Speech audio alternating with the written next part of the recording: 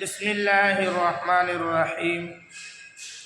اللہ رب العزت اپنے نافرمانوں کو زیادہ دولت کیوں دیتا ہے؟ ایک واقعہ بنو اسرائیل کا ہے کہ دو بھائی تھے،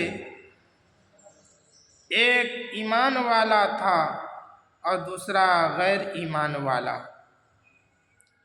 اور دونوں دریا کے اندر مچھلی شکار کیا کرتے تھے۔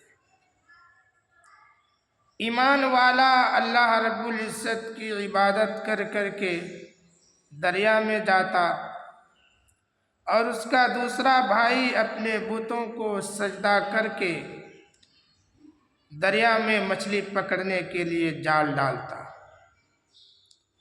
تو جو بتوں کی عبادت کرتا تھا اس کے جال میں اتنی مچھلی آتی تھی کہ اس کو کھینچنا مشکل ہو جاتا تھا، اور وہیں پر دوسرا بھائی ایمان والے کے جال میں صرف ایک مچھلی پھنستی تھی۔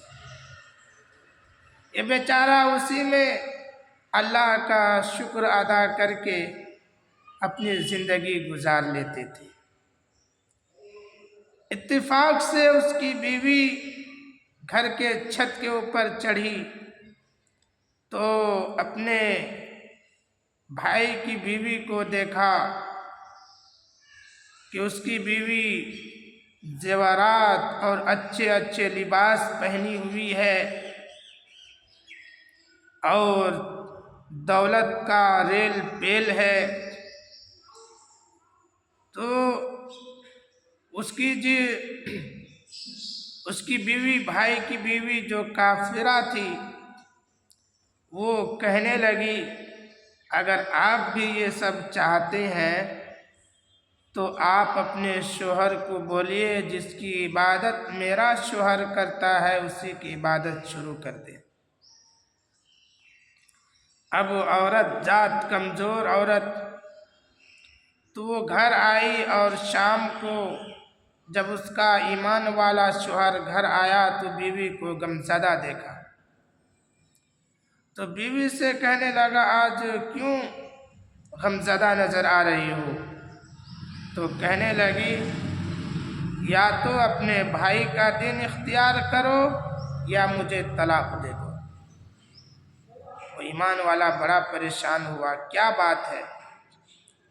تو وہ کہنے لگی کہ دیکھیے اس کے پاس دولت کا بھرمار ہے، زیورات ہے، اور اس کے پاس لباس ہے، اور ہم یہ بھوکی ننگی ہم نہیں رہ سکتی اس گھر کے اندر۔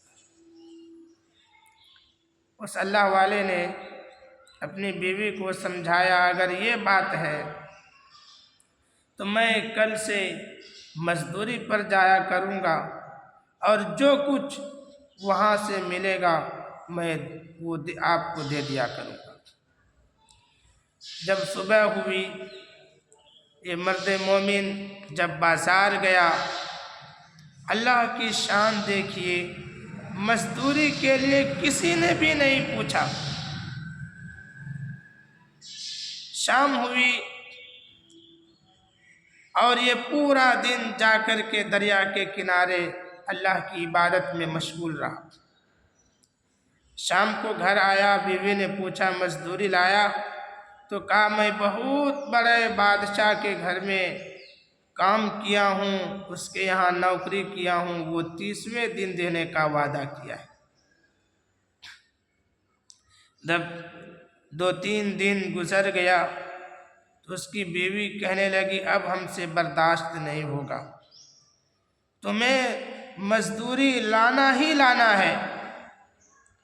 30ویں دن وہ بڑا پریشان ہوا اور ایک یہودی سے بات کیا کہ آپ ہم کو مزدوری پر رکھ لیجئے۔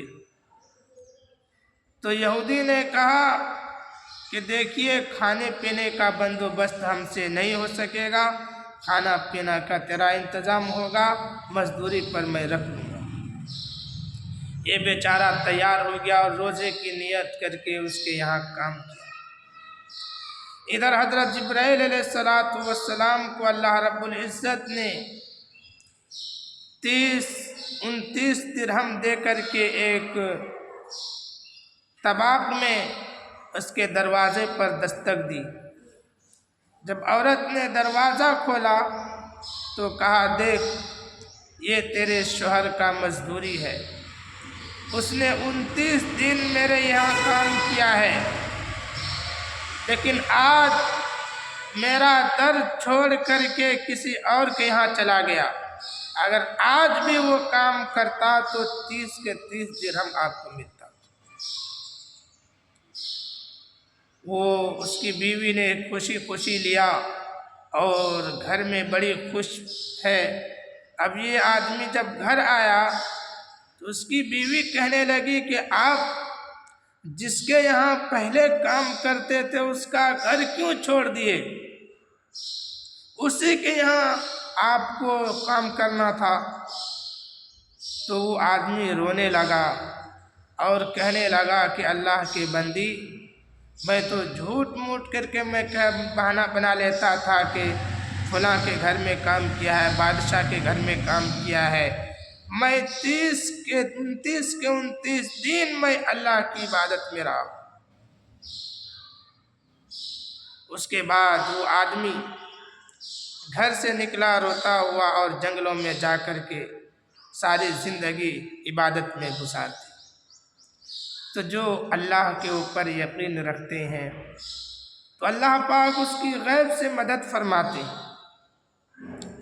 تو ہم دوسروں کو نہ دیکھیں اس کے پاس بہت مال ہے، بہت ساری گاڑی ہے، بہت پیسہ ہے، اللہ کا شکر ادا کرے جس حال میں اللہ رکھے۔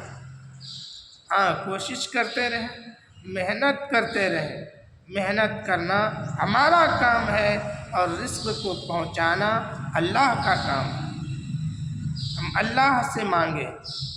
جو اللہ تبارک و تعالی پتھروں کے اندر ایک کیڑے کو رزق پہنچا سکتا ہے تو کیا ہمیں رزق نہیں پہنچا سکتا؟ اس لیے اپنا اعتماد کو، اپنا یقین کو غیر اللہ کی طرف مت کیجیے کہ فلاں بابا کے پاس جائیں گے، فلاں قبر کے پاس جائیں گے اور فلاں کے پاس جائیں گے تو ہمیں رزق میں برکت ہوگا۔